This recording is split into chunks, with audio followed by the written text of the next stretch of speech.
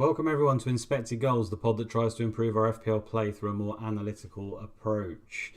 I'm very tired from work. Sam, you're looking a picture of health as usual. How was your game week, mate? How did you get on?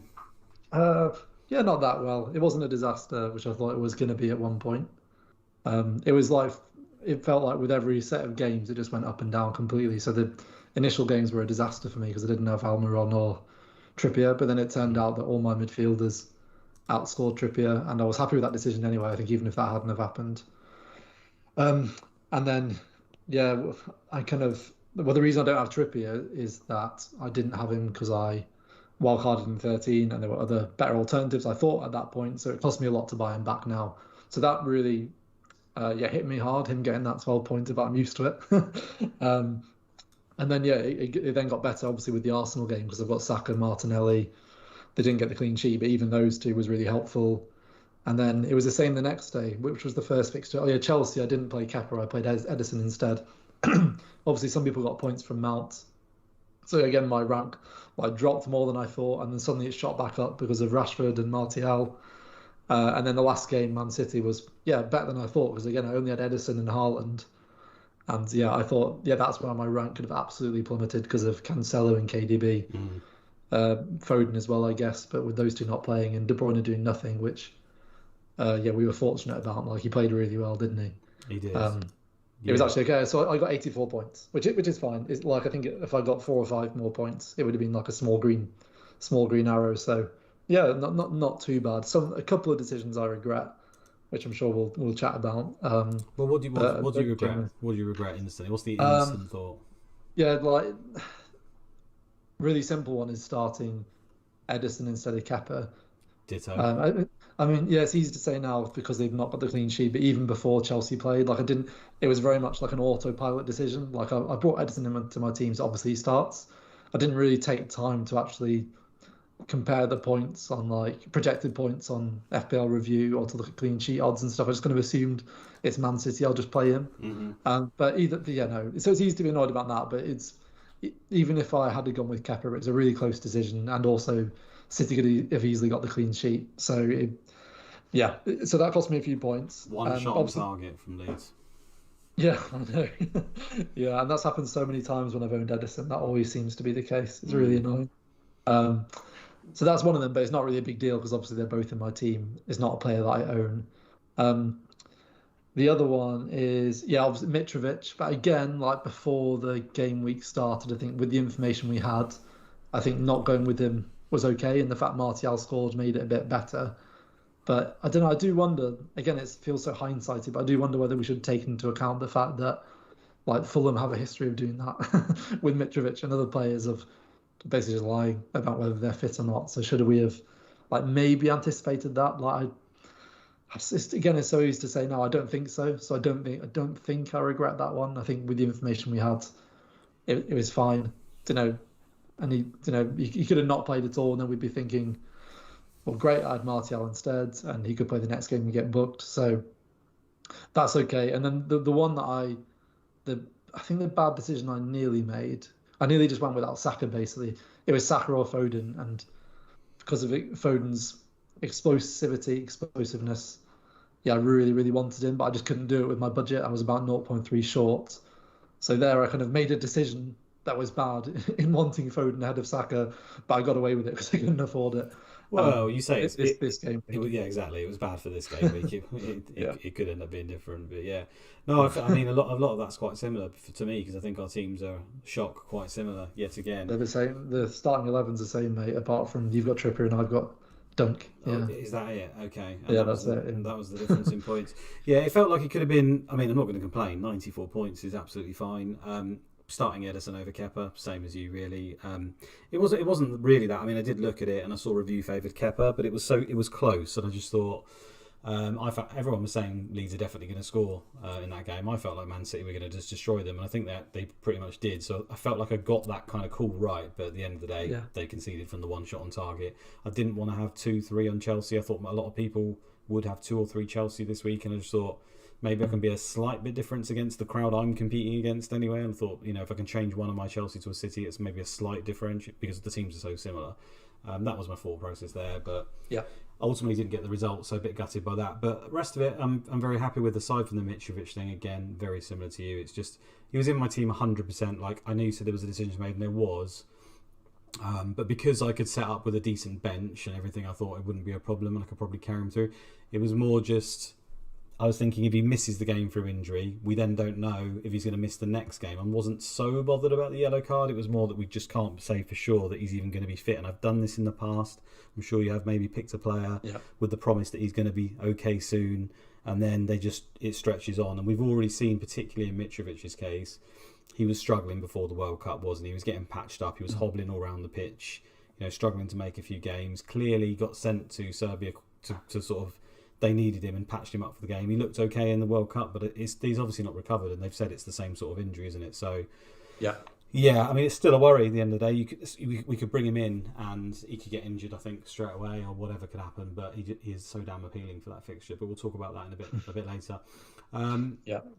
Yeah. So regret-wise, nothing particular. I mean, I didn't go with Foden in the end, like you. I was very much thinking about going with it. I mean, I just followed my own advice, basically. The first game back for Man City, I just wasn't sure about some of the players because they hadn't seen that many minutes. The squad's so deep. There was just no guarantee on his starting. I don't have it. We've discussed it many times. I don't have a problem with Foden moving forward, particularly. I think that he's fine. I think it's getting worse by every game week that he doesn't play. It's hard to sort of make a case that it's not just the number one nailed on guy, of course. But I think there's always factors behind it. Yeah, obviously it's nice to. I just went for the more secure option. Basically, it would have been Rashford that I've actually dropped instead of him. So, seeing Rashford get 14 points and then Foden not even start would have been extremely hard to take. So yeah, that was quite lucky on my half. Yeah, I think with me it was more that I felt I got away with it because it was not necessarily as much to do with Foden, but to do with Saka. I think if I was going to go for Foden, the decision should have been, going 5 in midfield, for example, or maybe even instead of Rashford, even though he scored and got an assist.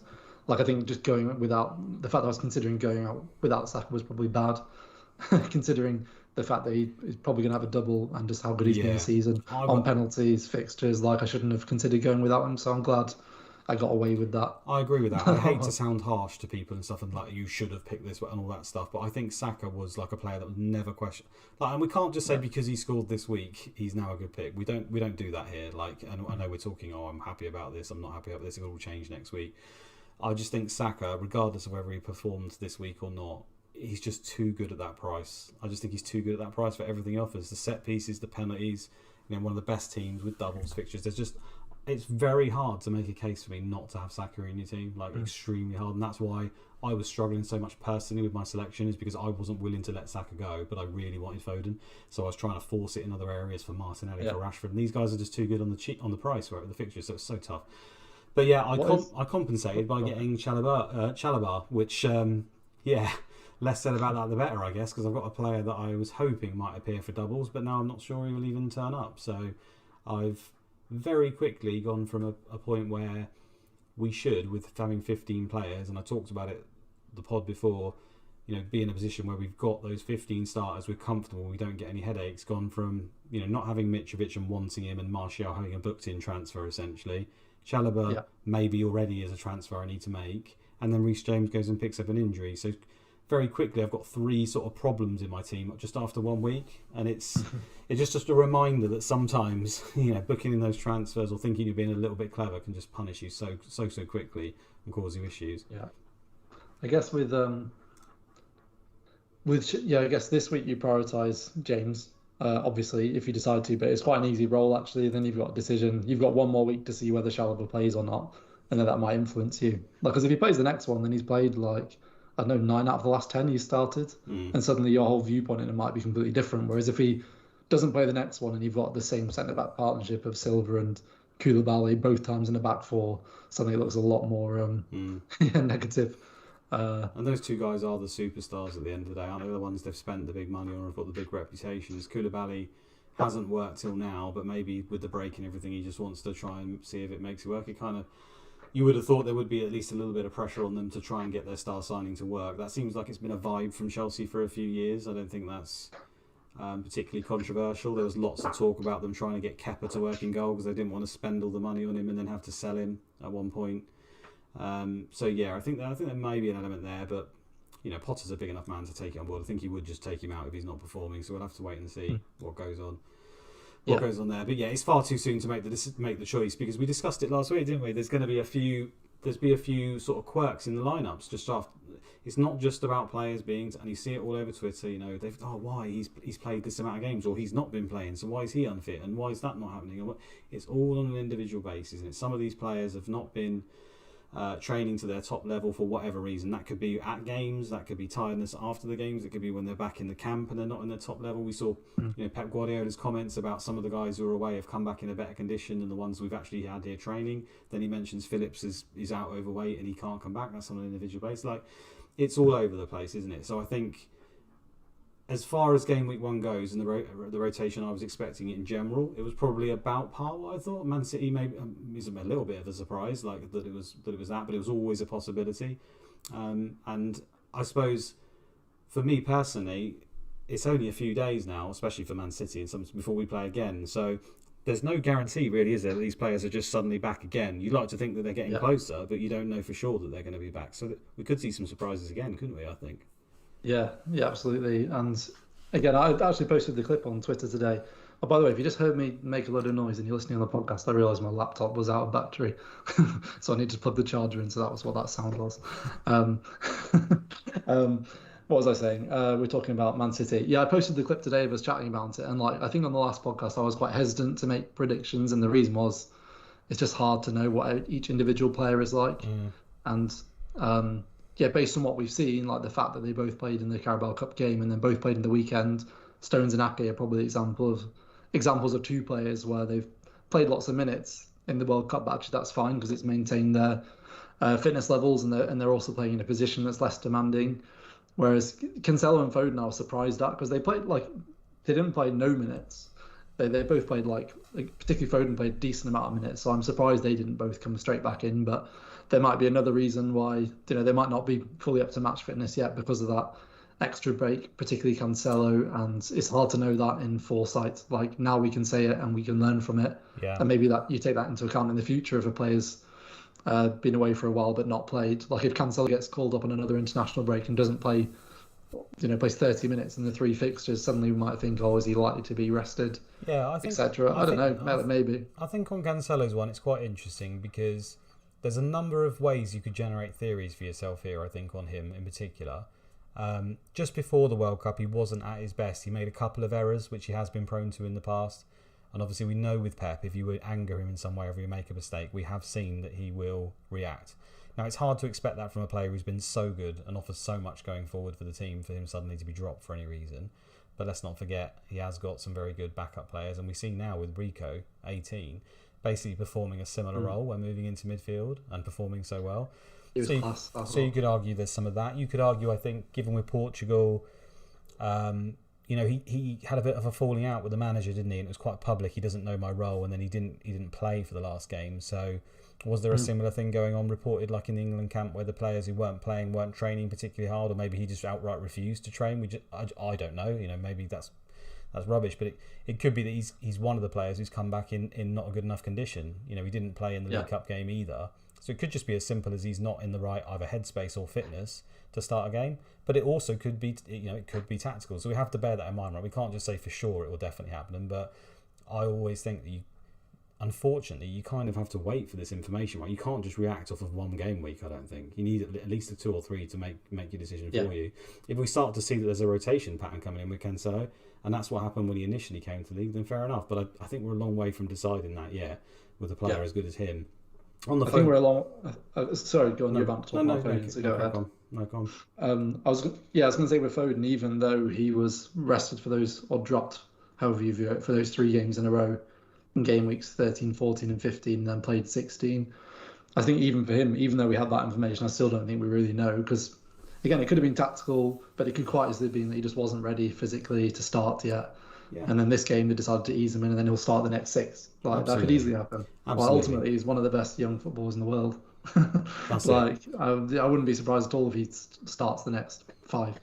That could quite easily happen, but we just don't know. So I think if you pick Foden, knowing he's a good player and they've got good fixtures and a double, just keep Foden. I don't think there's any reason to overreact to it at all. Definitely not. I mean, yeah, there's always the fact that with Man City, if you're not quite up to the level that Pep expects, the person who's just in your shadow is probably just as good. That's how good their squad is. So that's always the fear. But yeah, I mean, in hindsight, and I certainly considered this in my selection picks that I do. Grealish and Mahrez do hold the ball a lot better than Foden. That's been well reported by me all the time, and I think that Pep often says about control, and it makes sense against Leeds. It was just the fact that Foden has been first choice pretty much, apart from those 3 benchings, right? He played the last one before we went away for the World Cup, and he was fantastic in that game. I was at the League Cup game. He was fantastic for the 20 minutes he came on. He was obviously very, very good for England as well.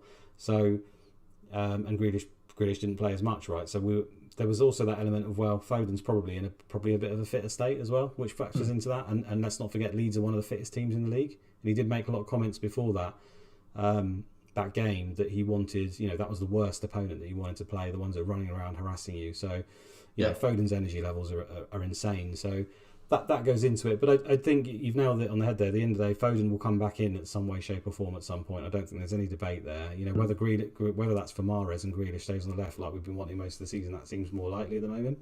But also, Everton's a completely different game. And it's always horses for courses, right? At home to Everton, their counter-level threat and turning the game into a basketball match and all that stuff is they're probably one of the worst teams in the league at that, I would say. Yeah.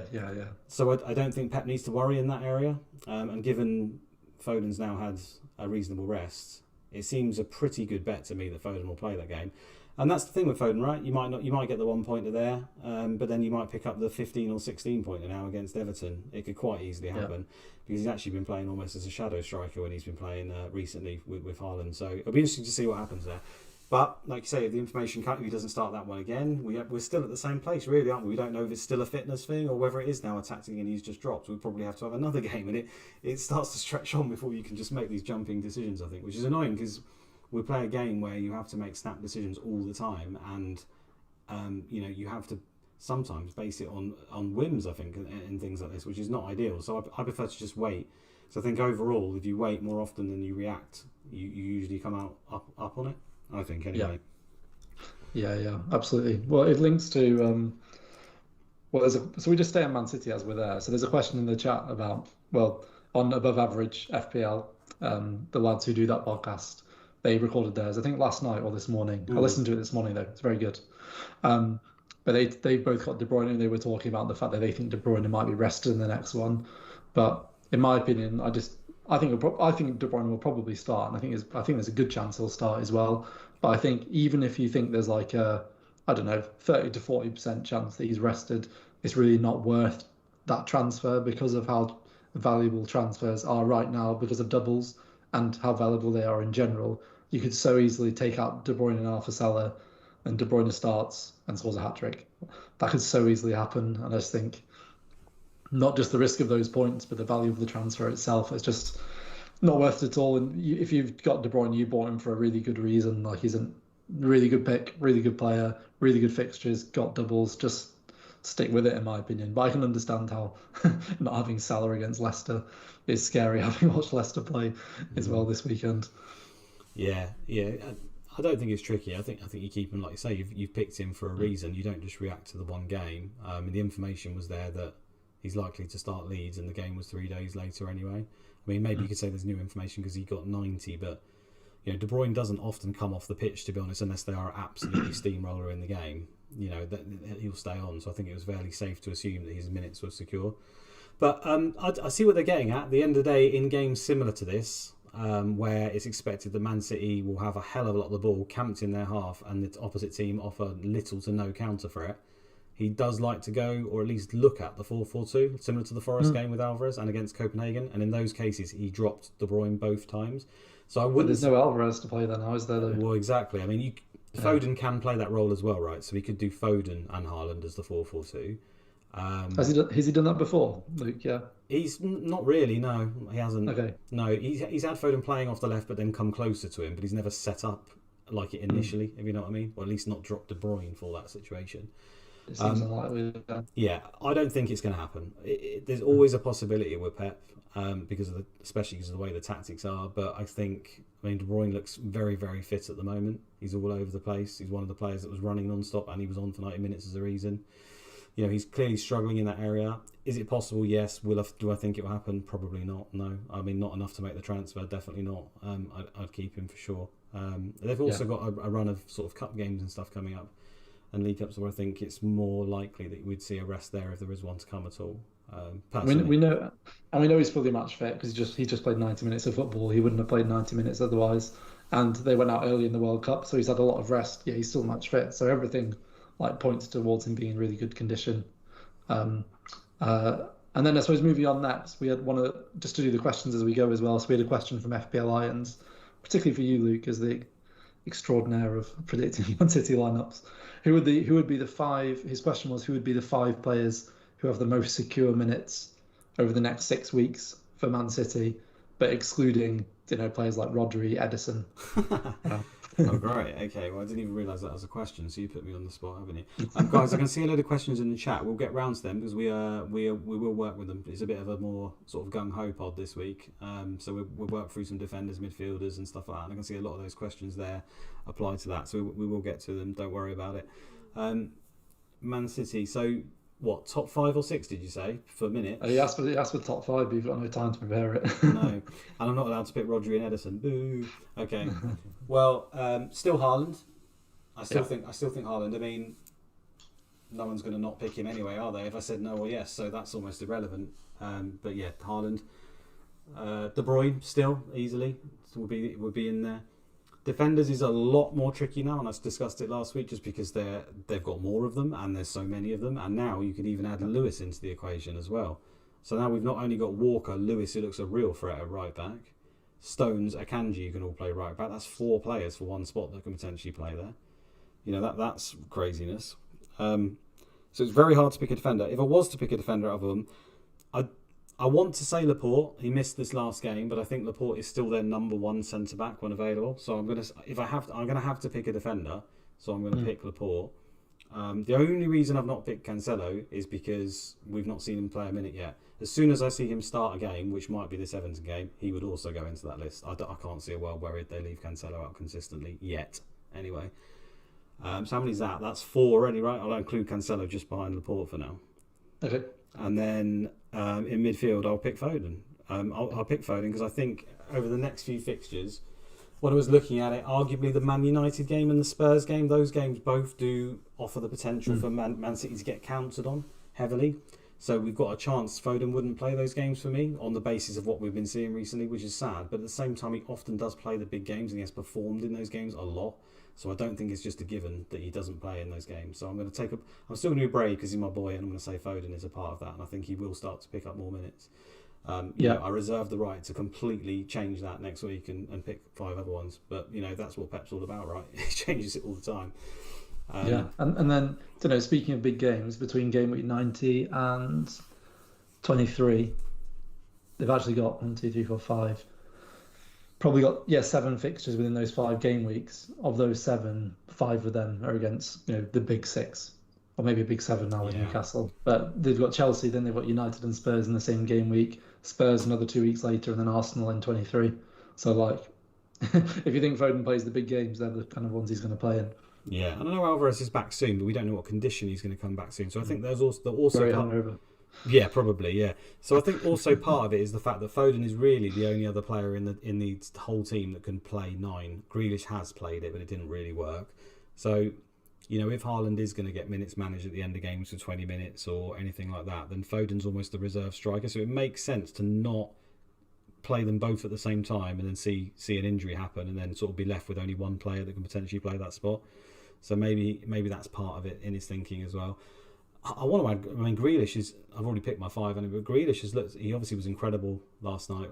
Was it so good? On Wednesday? Yeah, it was Wednesday. So last night, so good in that game. Been playing really well before it. I can't see a world where he gets dropped anytime soon either. And that's the worry, isn't it? Because he plays in Foden's position most of the time, or the position that Pep certainly wants to play. So I think against Everton, it's most likely that Foden would actually play on the right and Grealish would play on the left. yeah, that would be my punt at the moment anyway. So yeah, the other one I've not mentioned at all is Akanji. He just keeps playing, but I don't want to say for sure yet because we still haven't seen. I mean, that lineup had Akanji playing, and I did mention before he can play in both the centre back positions, and he did play in the left centre back position, and Stones played in the right centre back position. Now, Laporte would normally play there for me. So now we've finally got a week where it's all set up, I would say, where it's actually a straight fight between Stones and Akanji. I think this week it's quite likely that we get Walker at right back, we get Cancelo at left back, we get Laporte come in at centre back again, and then it's really a fight between Stones and Akanji for who plays that centre back role.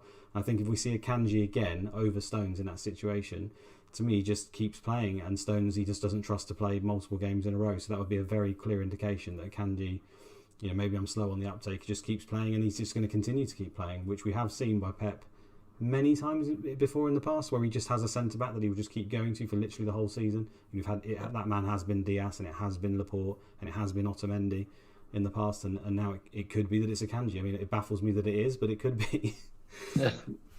Yeah. That's really interesting. I guess as we're on defenders, should we just stick on defenders in general? Where obviously, I can see a few questions in there already, but everyone's asking like Reece James replacement. It was an interesting one, wasn't it? Because it would have been really interesting to see James's ownership if he didn't have a double, and then another potential double. If we knew he just had single game weeks, it'd been really interesting. Even though we knew he was fit enough to start, how many people would have thought, he's not quite worth the money because with not having a double. Whereas I think the fact he did kind of made our decision for us. So it's not, again, it's one that I don't look back at and regret. At all. Like, we know he's injury prone, but you expect them not to rush a player back, and they won't have done that. They'd have played him, expecting him to be able to play. In fact, Potter said after the game in his press conference or in his post-match interview, the plan was to play 60 minutes. I mean, from an FPL point of view, it could have been 59 or 61, which is a big difference for us. But we knew that he was going to play about an hour, so they were obviously easing him back. But yeah, as it is now, he's a definite sell because he's out for 3 to 4 weeks. I'm glad it's not longer than that for his sake, because he's just had so much bad luck with injuries. So yeah, are you thinking about replacing him this week, Luke, or looking to roll the transfer and open up your options the week after? To be honest, my team is a bit harder than other people's, I guess, because when I look at how it's set up at the moment, I'd have Gabriel at home to Brighton, which is away to Brighton, which is okay. Is an away defender at the end of the day, and Brighton are a good side, but I'm okay to play it. You know what I mean? It's not the best in the world, but I'll take it. Trippier at home to Leeds, that's absolutely fine. And my third defender currently would be Chalobah away to Forest, but I don't know whether he starts. So if he doesn't play at all, or he came on, didn't he, as well before, so that could easily end up being a one-pointer if it's a similar situation. It would be Dunk at home to Arsenal is my only alternative, and I'm not overly enthralled by that because I've got triple Arsenal, and I think Arsenal will probably score. So it probably makes sense for me to replace James this week, because I think I'll get the gains this week as well as moving forward. Waiting probably is not the play for me, I would say.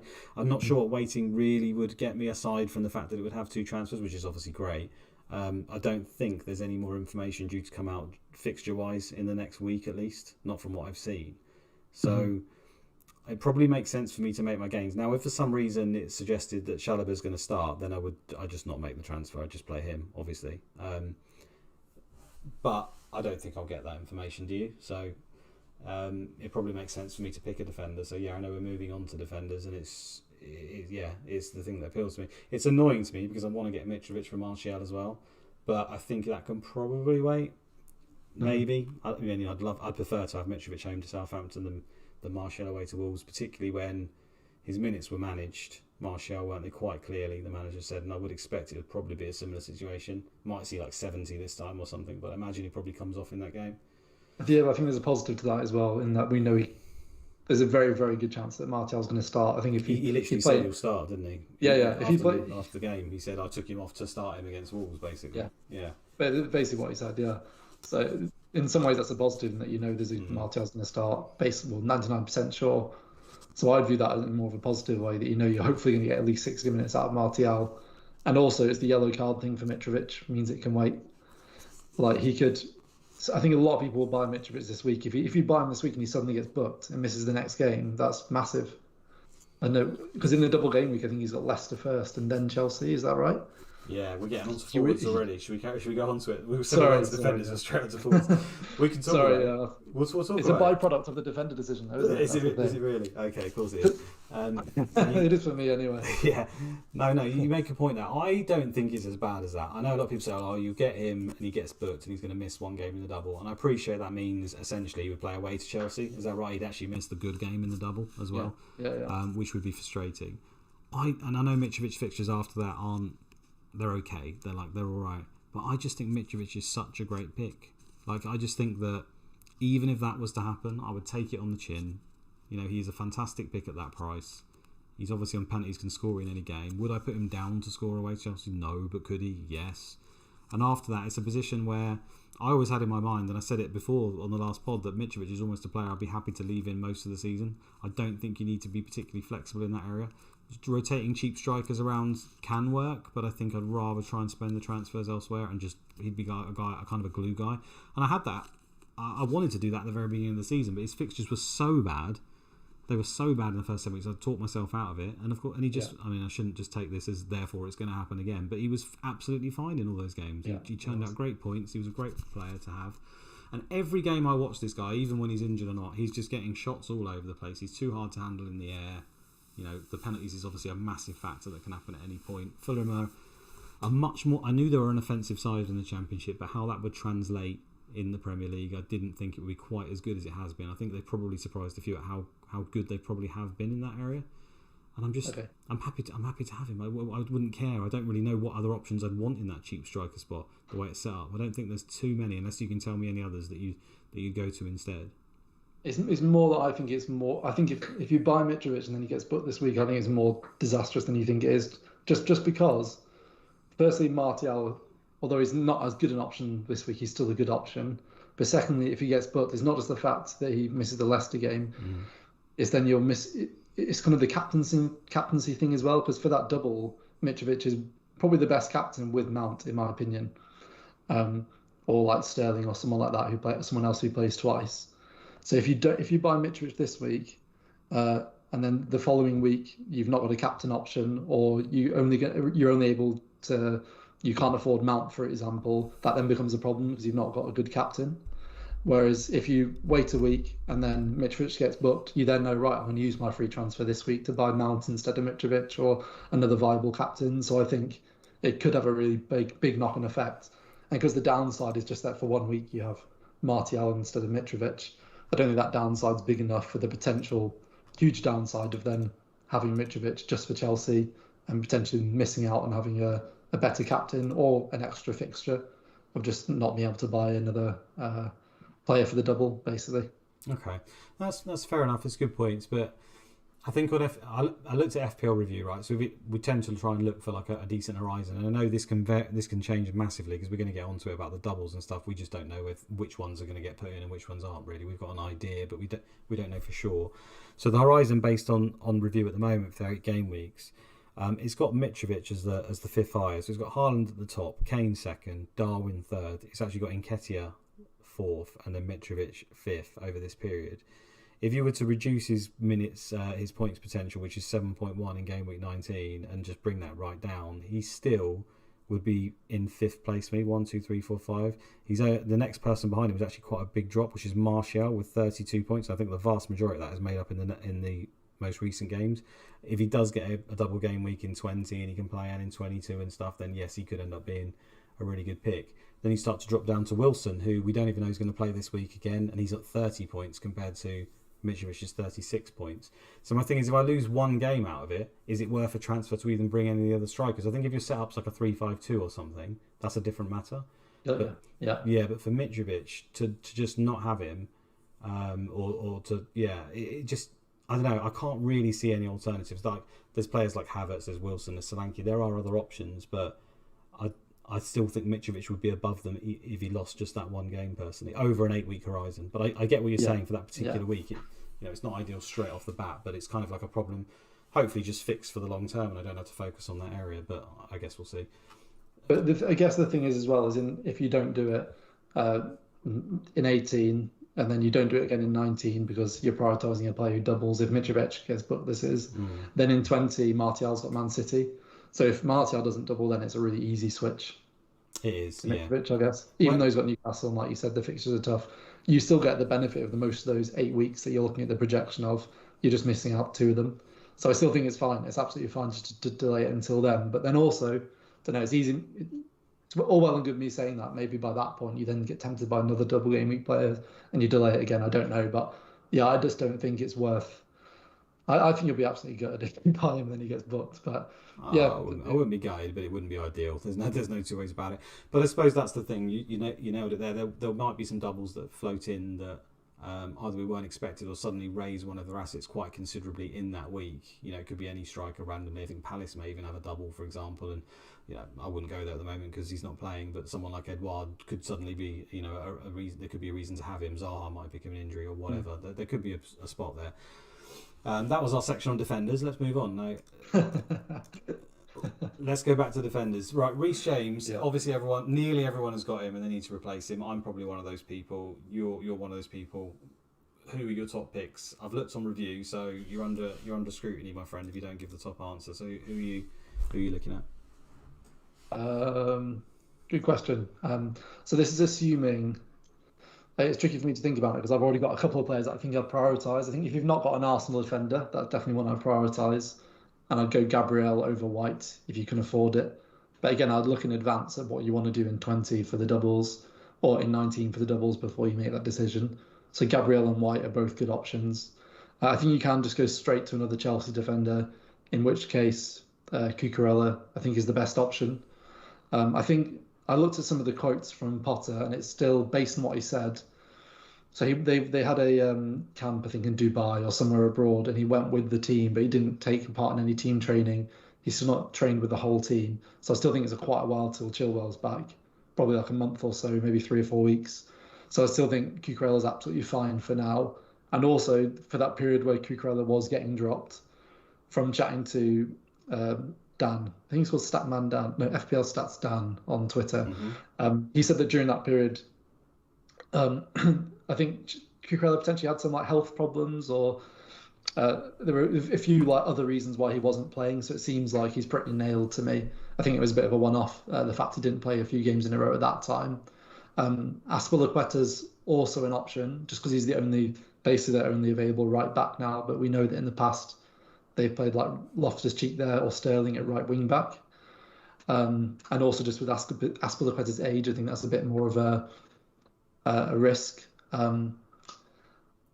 So I think Cucurella if I was going to go for Chelsea, but then also Dunk's an option. I've not really thought about him a lot because he's already in my team, but I think Dunk or Estupiñán from Brighton are both options as well, just because we know there's a very good chance that they're going to double. Let's have a quick look. They've basically got 2 potential double game week fixtures, and so it seems extremely likely that both within the same game week. So 2 extra ones within the same game week. So it seems like there's going to be an extra fixture there, and whichever team it is, it's going to be a good fixture. So they've already got Bournemouth, I think. They've already got. I think they've got. Leicester that week already, and they're all going to also play Bournemouth or Palace. So a Brighton defender is another option as well.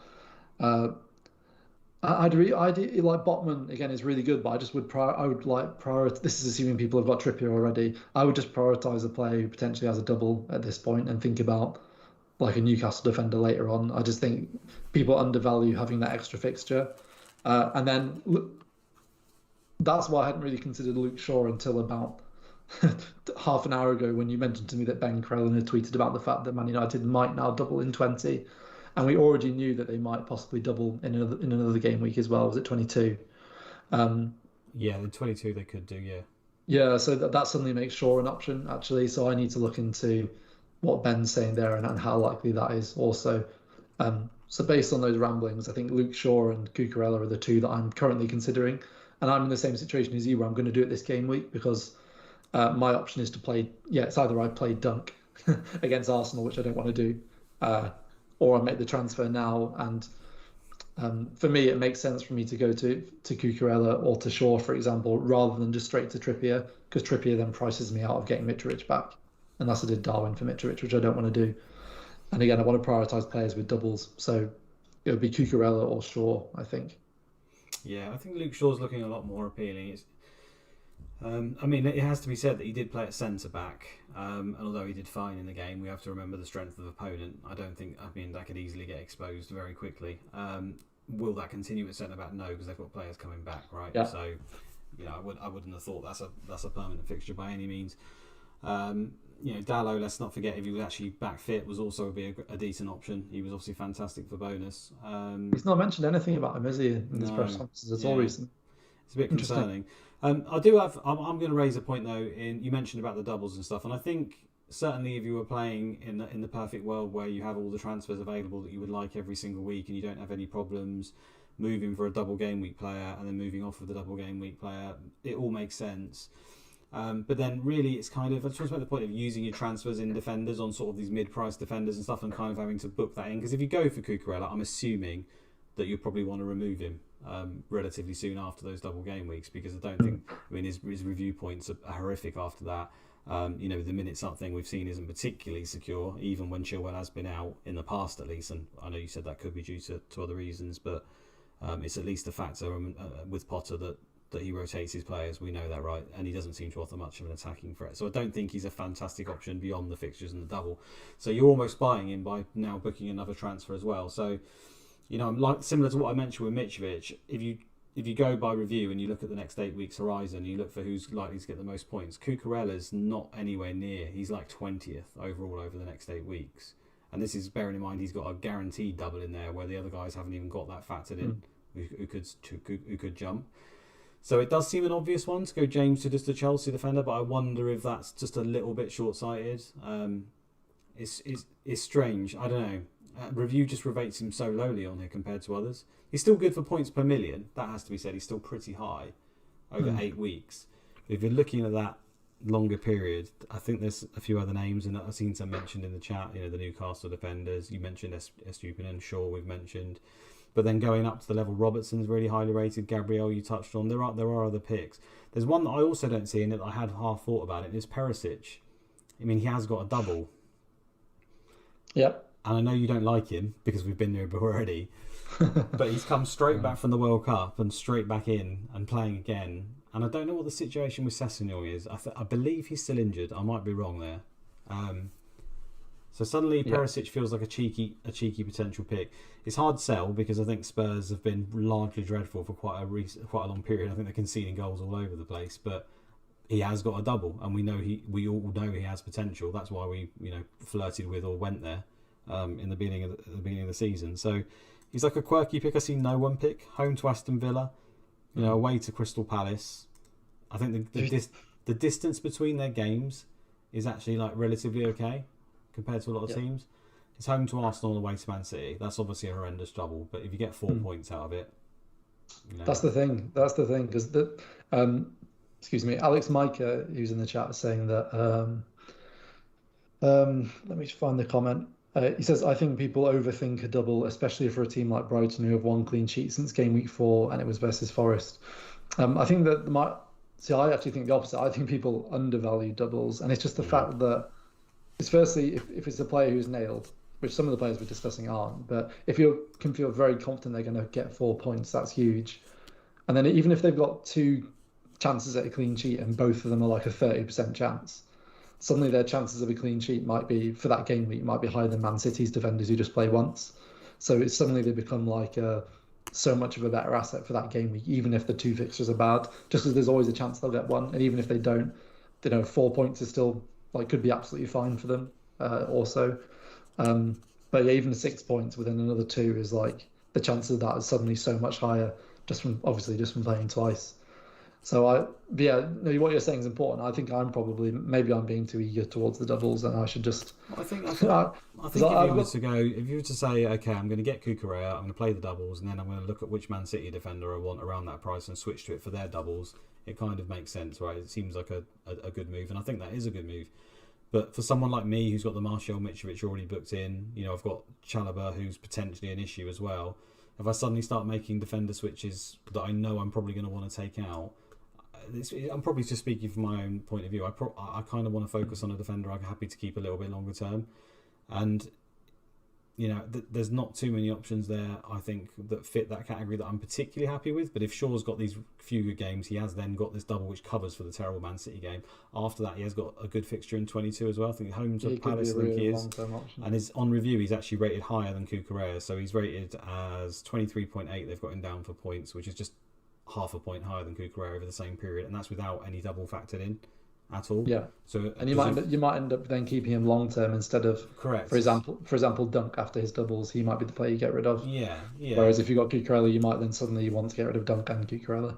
I completely get that. Yeah. Yeah. So the other guys you've mentioned I've already got. The Dunks, the Gabriels, the ones that are around the price range that I could move to. I've already got on my team. So yeah, being the review slave I am now, I go here and I look who should I get. It basically tells me get Shaw or a Newcastle defender now. So that's probably what I'm going to do. Yeah, because this is maybe what I should just do. Because I don't have Trippier. I've got Botman in defence. I've not got Trippier. The reason I don't is I didn't have him before game week. Well, I had him for most of the season, but I didn't have him from game week 13 to 16 because I wildcarded. And at that time, Gabriel kept up with him, so having him instead was a really nice differential. Newcastle's fixtures were bad, but Trippier did really well still and killed me. So I couldn't the price to buy him back was massive this time, and that saving and getting Botman instead allowed me to have Saka, for example, or have Darwin, for example. But I've got the exact money. I can just do James to Trippier. So maybe I should just do that. Well, maybe I should just do that. But then I look at the big picture and then suddenly I can't afford Martial to Mitrovic next game week or to get melted if I need to do that instead. So I think in terms of what it allows me to do, I think it just restricts me too much, and I'm better to just get someone who's cheaper for now and then get Trippier back in a few weeks. So it's just I guess the point I'm trying to make there is it's really team dependent as well. Even though we've all just wild-guarded, we're still all in very different positions. Yeah, but there's also the chance that, I do it like you. I think, well, what can I do in 3 weeks? Because that's a part of a Sky, right? Everyone's got fixed prices, so I'm ever hooked on who I'm going to be getting in 4 weeks' time and who exactly the price. And in FPL, it's quite difficult to do because the price changes. But I would suggest that something will probably come up that will allow you to make that move. Like that normally happens. Darwin suddenly gets injured or something. We got Gakpo signing. We don't know what the impact of that will make straight away. Maybe Nunes becomes a problem off of the back of it. I don't think that's going to be the case, but you never know, right? There's all sorts of situations that may reveal themselves that will allow you to make that move. I think probably. But yeah, someone was mentioning in the chat here about Castagna being a good option. I understand what they're saying. They have got some really nice fixtures, Alex. I was looking at that myself. But I go to review, and again I look at the 8 weeks, and I'm scrolling down. I'm scrolling down. I can't see the bloke. Here I found him. 17.8 points he's projected to score over the next 8 weeks, which is far away from the likes of Gabriel's at 34.1, for example. So it's pretty much half. That's too much for me to take. I know we're not review slaves, and he could be a good option, but for me, that's Gabriel's only 5.2, I think it is, and Castagna's 4.7. So for 0.5, I can double the point potential according to review. That's why I just wouldn't get him. That's what my life's become now. I'm afraid. I'm sorry, my friend. Yeah, and the reason for that is that their fixtures are really good, but if you go to let's have a look at the Premier League table, sort by XG conceded, and they're the 6th worst team in terms of expected goals conceded. Actually, even though they got a lot of clean sheets, didn't they, before the World Cup? A lot of those were actually a lot of them were to do with Ward making really good saves, and also a bit of luck with bad finishing against them. So they've been quite fortunate with having those clean sheets recently, and Castagna got a lot of those, didn't he? He did. So I'd say that can blind us as well. And I guess that's why the reason he's not high on review is to do with more of that underlying data. Yeah, he makes a good point that they rotate well with the players like Shaw and White. No, that's a fair point because he has got 3.1 in 19 and 20 in particular, 2.7, 2.4 in the fixtures after that. So if it works out as part of a rotating 2 or 3, I don't have a problem with it at all. If you've done the research and it looks like it works well with that situation, then happy days, not an issue for me given the price. But I always I wanted to pick Castagna at one point during the season, and I wasn't 100% he was nailed because they had decent options in those areas, but the injuries just keep happening to them and he just keeps playing, doesn't he? So I don't think there's any issues there anymore, if there even was any to begin with. One name. Then I've had to push you. Yours will be Cucurella at the moment, possibly Shaw. Is that the opinion I'm getting? I think right now I'd probably be Shaw, just based on what you've said there. I think I'm focusing too much on the short term. And even if Chilwell comes back in like 4 weeks, like suddenly then I need to sell Cucurella all of a sudden because he's suddenly not first choice. You'd assume. So I think, yeah, looking long term, the fact that United might now have an extra double game week, I'm wondering if actually Shaw's my best option. But I will think through whether I just go straight to Trippier and I don't think I can bring myself to do it because I just need to have Mitrovic for that double. I don't want to do Darwin to Mitrovic. Are they home to Leicester this week? That smells like Who's that? Sorry, Trippier. Smells like Trippier points again, doesn't it? Leeds. Yeah, they've got Leeds. Leeds, is it? Sorry, yeah. It smells like points again, my friend. I know. Mate. I've got Botman playing, so at least I'll get the same clean sheet points as most people. Yeah. But yeah, you could quite easily get an attacking return. I'm well aware of that. Or get subbed off the last 20 and pick up a rogue clean sheet. He's got some sort of mastery talent for that. Yeah, he does love that. I don't think there's not much point touching on midfielders for too long. I don't think people have got many dilemmas there. It feels like every midfielder performed. Every midfielder's quite obvious as who could pick. So you did touch on the whole De Bruyne to Salah thing. You wouldn't do that. I agree. I wouldn't do that either now. I think I'd at least see it out if I decided to go that way. Saka I think would be a priority for me for most teams. It's not, Brighton's not, I wouldn't say necessarily the best fixture, but we've been through it. I think he's right at the top of review again, or just under Salah actually. Salah's the only one who beats him. There's doubles that are probably coming. He'd be my top priority if I could get there. If I've got Foden, we wouldn't panic. Is there anything else really you wanted to add on midfielders? I suppose the same for Trossard. He's probably the only other midfielder that's quite popular that actually seemed to blank. I don't think he'd be. Yeah, I would just stick with Trossard. Yeah, I didn't watch that game, so I can't comment on how well Trossard played at all. But again, it's just one game, and he's I think he's a really good option. Yeah, particularly for the doubles. I think a lot of people will be trying to get Trossard soon for their double. I wouldn't be surprised if that becomes a thing at all. Particularly because a lot of people this week might end up getting Dunk, for example, or a lot of people already have a Brighton defender, mainly Dunk, with that in mind. So when they get to Brighton suddenly having a double, or if it becomes a triple, which I've heard is a possibility, even though extremely unlikely, suddenly everyone will want him. So you'll be getting rid of a player that you will just want, is likely you'll want to have back soon. So I think it's absolutely fine to stick with Trossard because the likelihood is that you've got him instead of Rashford or Martinelli, and I think 5 or 6 game weeks time, could easily get close to them with this double. Also, yeah, I agree with that. Odegaard makes an appearance here again. He was fantastic the other night. Still a great pick at that price. I think review it just doesn't miss, did it? He kept appearing, Odegaard, for a whole season, and people were very sceptical as to why he was there, and he wasn't really performing. But it suddenly come roaring in, and it seems no signs of slowing up. The guy's just incredible. I mean, at that price, 6.4, I talked about it. If you've got rid of Martinelli, like some people have, and then you're fearing, the fact that Arsenal are so good and you want to go back somewhere, suddenly Martinelli's 6.8 and Odegaard's right there at 6.4. I think that's probably where you go now. I don't think you go back to Martinelli. You probably go to him. You reckon? Yeah, that's interesting. Well, you called that last week. I kind of disagree with you just because it was more to do with the value built up in Martinelli. But you mentioned the fact that on wildcard you were considering going without and then buying back Odegaard instead. But I completely get that now. But his long-term data, his underlying data, not just his goals, not just his FPL points, is good enough now to just go for him. Like even if review wasn't a thing, and you were just looking at the underlying data on expected goals and assists, he's right up there. So I think he's such a good pick. And I think you could even there might come a time in the season where even having triple attack and it being those three suddenly becomes viable. Who knows? It could easily be the case. They're just so underpriced. Yeah. The whole team's underpriced, mate. Far too priced, yeah. And Jesus coming has obviously been the icing on the cake, but he's not even there, and they're still off of one game anyway, still performing.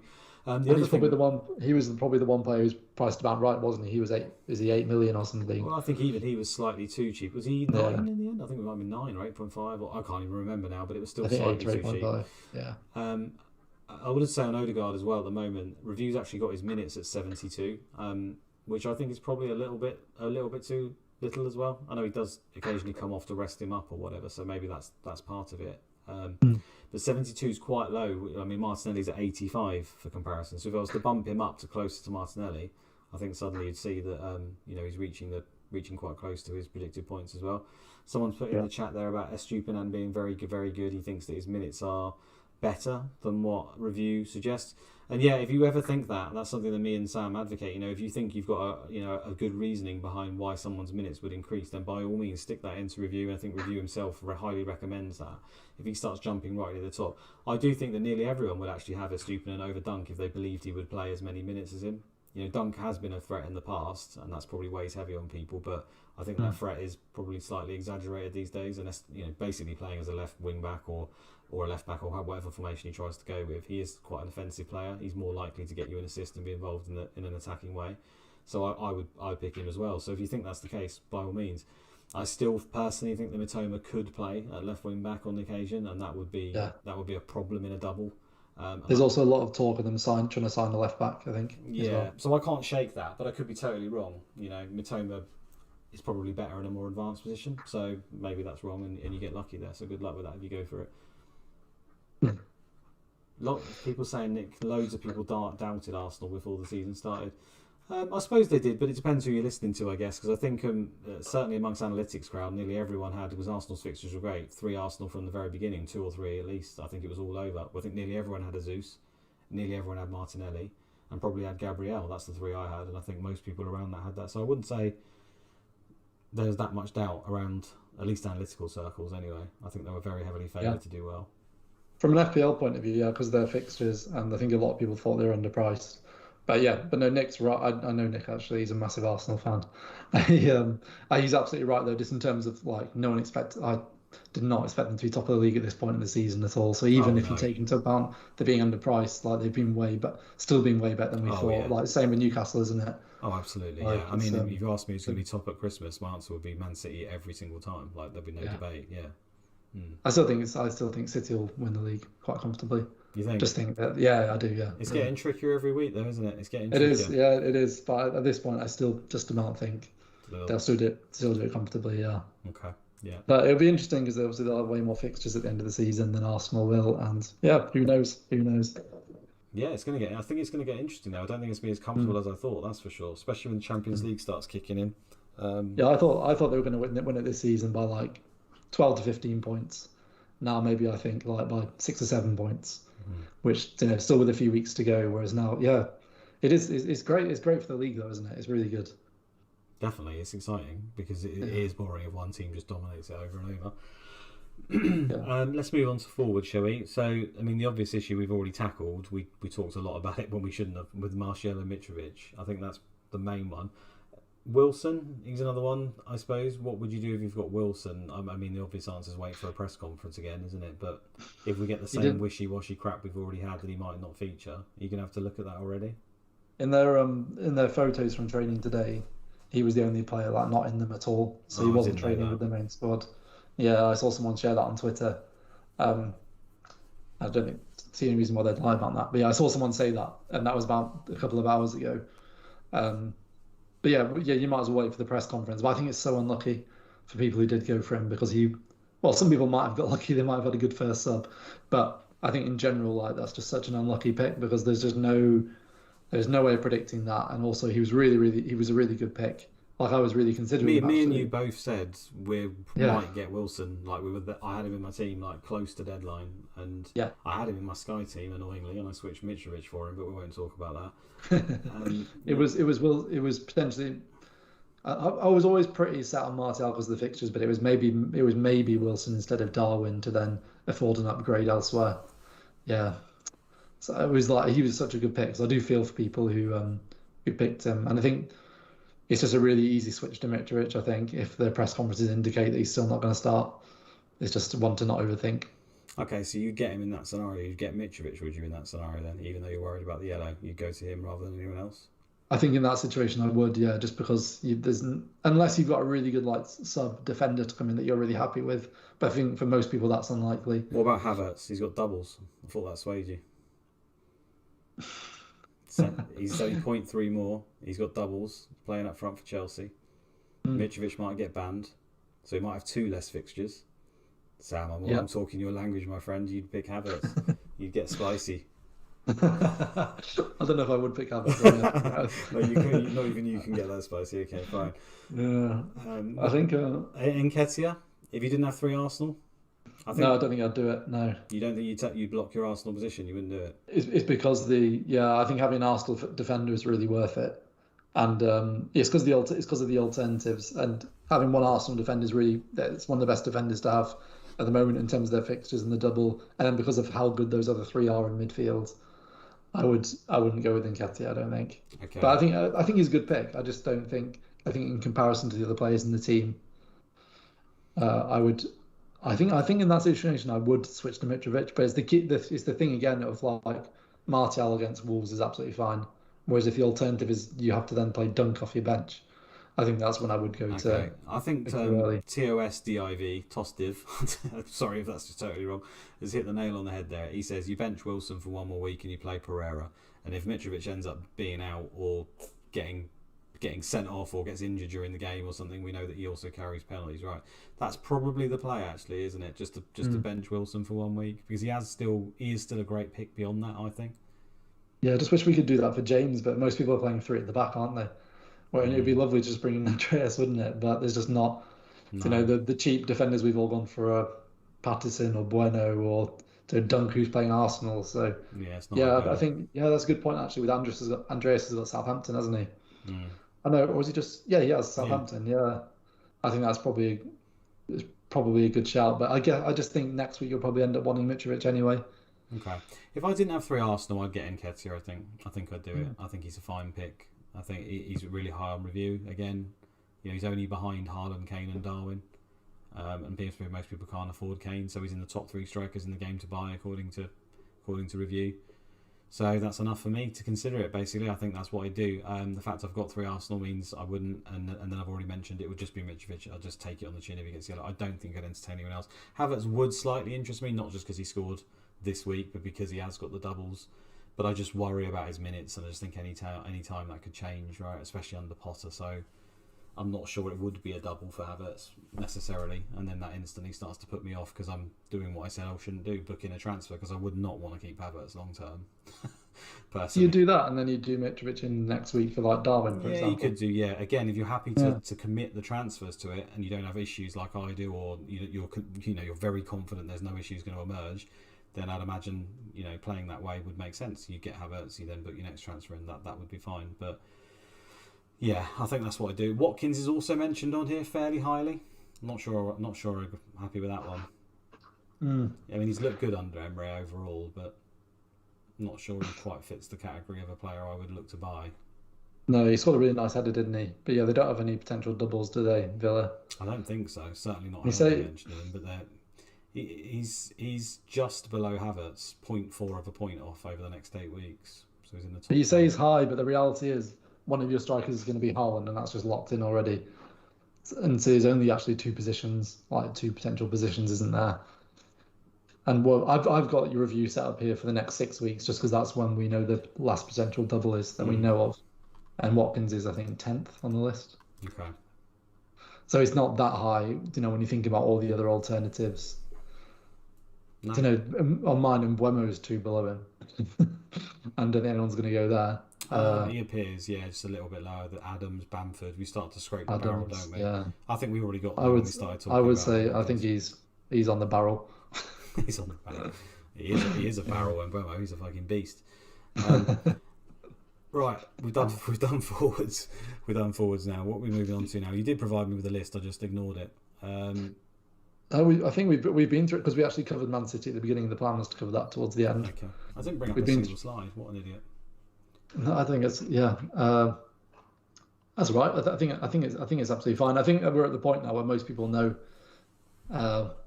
what the double game weeks are and potential ones are in there. I've got it on the screen. I've brought it up. Just talk through it briefly. Because we've mentioned the doubles. We've got Ben Krellin via the use of you talk about it. I'll pass over to you. You found this on Twitter, haven't you? And it's another analytical guy who uses his own model. Yeah, so this is a guy called Mikel, who is a lot of people use his model actually to. It's a similar thing to review, I guess, an algorithm that helps you to make decisions. Popular, yeah. And he's put this is based on Ben Krellin's predictions of when the fixtures will be, and the numbers just represent the amount of fixtures the team will have within that game week. So really, really simple. So if you can see a player like Man City game week 20, 1.72, they've obviously got a fixture, and there's a 72% chance of another fixture. So I think it's just really helpful to, and It's they're really all, useful to visualize, isn't it? and just because they're just ordered as well, obviously by the highest number on the Mm. right in terms of the amount of fixtures they have within the next 9 game weeks as well. And I don't think we need to be necessarily thinking as far ahead as game week 26. But when you look at this, it's probably is worth bearing in mind because of what you said before of bringing in players who are good long term. Mm. Um, Especially in uh, defender spots. That's why I like it. and in this specific scenario, I suppose it is quite interesting with Liverpool as well because actually it's quite a rare time where actually we don't all have triple Liverpool. Most people don't. So I wonder if I do that. Just looking at this now just makes me think like, are there some people out there who kept a load of money in the bank? They need to replace James, and they can afford Trent or Robertson. Well, And I think that's review liked that move before this week. really, yeah. It had James down to Trent or Robertson at some point in the process, and I was just like, I saw why. But this is looking at this. I mean, obviously, you're listening on the pod, you won't be able to, so maybe flick to the video because it's probably too hard to explain on the pod.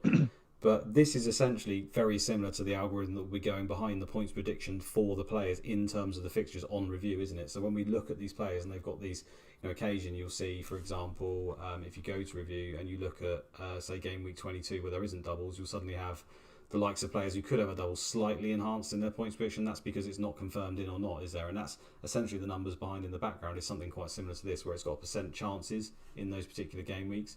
Or 23, 21. It must be said, since then, Man United would probably be buffed, wouldn't they, in that, because he now thinks that Man United have a decent chance in 20. So if we look at Man United on this list, which are quite low down overall, suddenly if you bring, is it game week 20, isn't it? If you suddenly stuck in, for example, 1.72 in there, because I think he said about 70% chance of a game even happening, that suddenly brings them right up the list as well. So that's probably a difference that you may have since. But it is a reminder, like you said, the Arsenal, Chelsea, Man City guys, I suppose, over that period are still pretty high on his list. So it's a useful tool. I think it's pretty something that's just worth bearing in mind when you look at it is, for example, if you take Liverpool's line, it's just knowing the context of it. So, for example, they've got 1.55 games within game week 21, then 1.45 within 26. Now, they're not going to have a double in both. It's the same fixture that needs to go into one of those weeks, and there's a 45% chance it goes there, 55% chance in 21. So don't accidentally think, oh, Liverpool might have 2 double game weeks within the next 9 game weeks, because that's not true. Well, it could be true. Who knows? Anything can happen. But based on what's likely, with Ben having an incredible record and incredible mind for predicting these things, we know they've got one fixture to reorganise, and it's going to go in either of those. So that's just worth bearing in mind as well.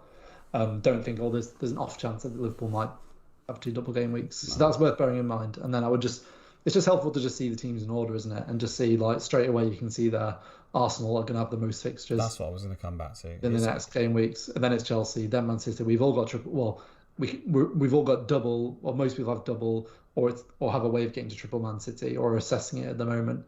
But then Chelsea are the ones in the middle where maybe we don't have players. So that's where, and particularly because Chelsea's, like, there's a good chance Chelsea will have 1, 2, 3, 6 fixtures in the next 4 game weeks. That's really interesting. Like, I can see why that makes me want Cucurella over back Shaw. to Cucurella again, really. Yeah.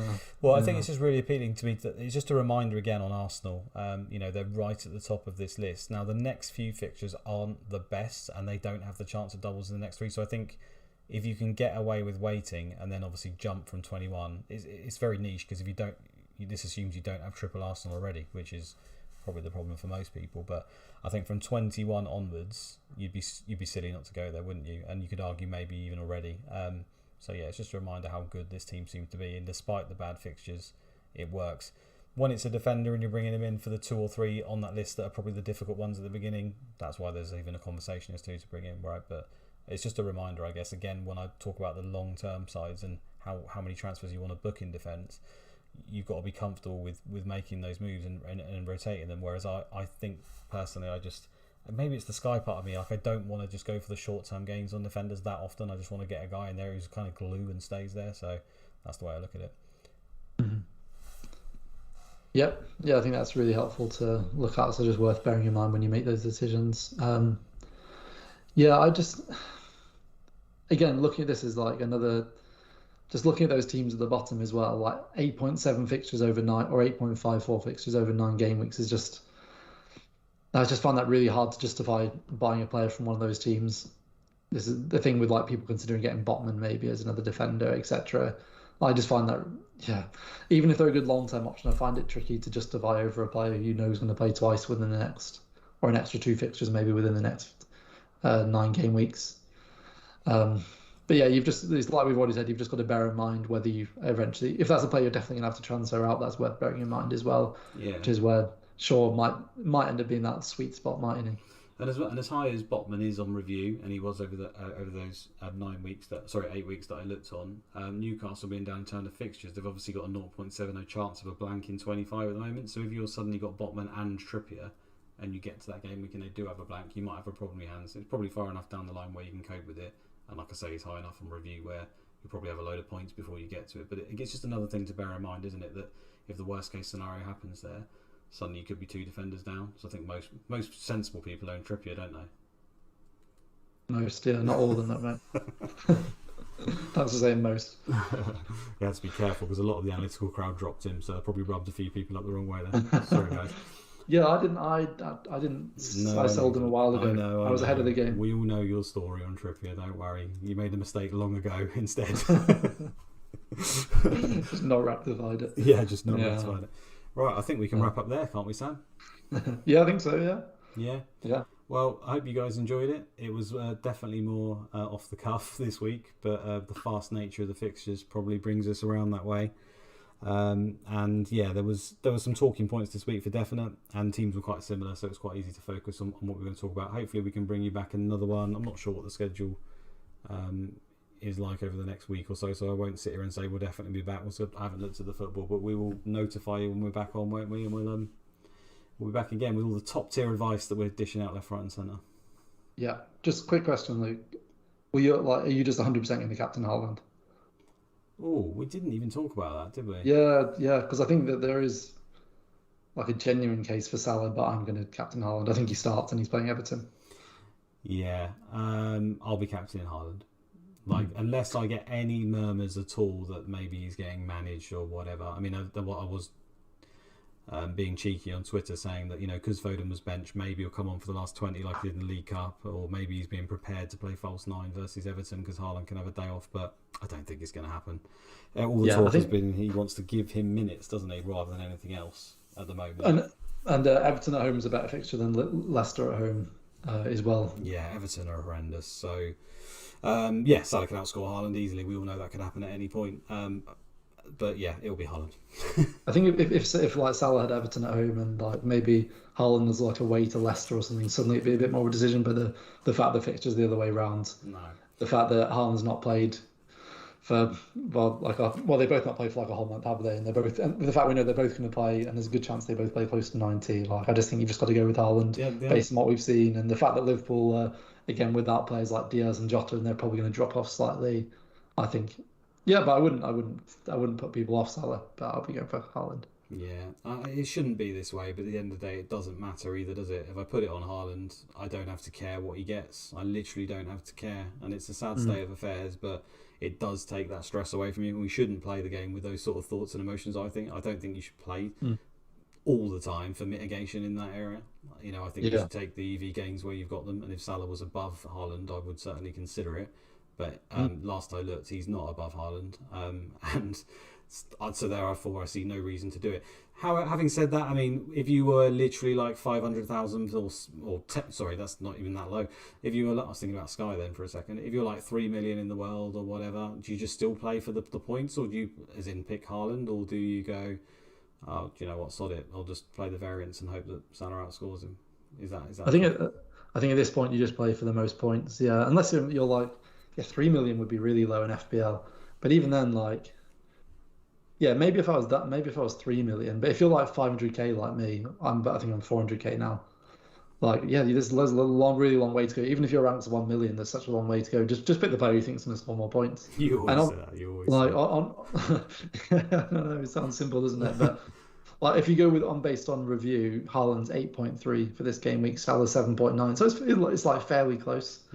So if you are just convinced that Salah's going to score more, or if you'll enjoy watching Salah, if you can watch a Liverpool game and that's what you want to do is just enjoy FPL and watch Salah as your captain, or if you support Everton or something like that. Yeah, but we're not here for that, are we? We're here to play the right way. We understand it, but it's still not the right way. So, but if there's a genuine reason why you think Salah will score more, then absolutely captain him. Yeah, I don't think it's going to happen for many, though, is it? We probably just wasted 15 minutes, whatever that was, 10 minutes at the end of the pod talking about nonsense for people not to listen. Just switch off when I started to do the wrap-up anyway, because that was all pointless. But yeah, good luck for any darers out there. It's so crazy to think like you're daring to pick Salah at home to Leicester or whatever it is. I mean, having said that, I picked Salah at home, I think it was at home to Leicester when everyone else sold him. Was it 2 seasons ago when he missed the penalty and got 0 for the first ever time? That was not glorious. So maybe he owes me. I went into the top 100 in the world that game week. I'll just blow that bit out. Right, okay.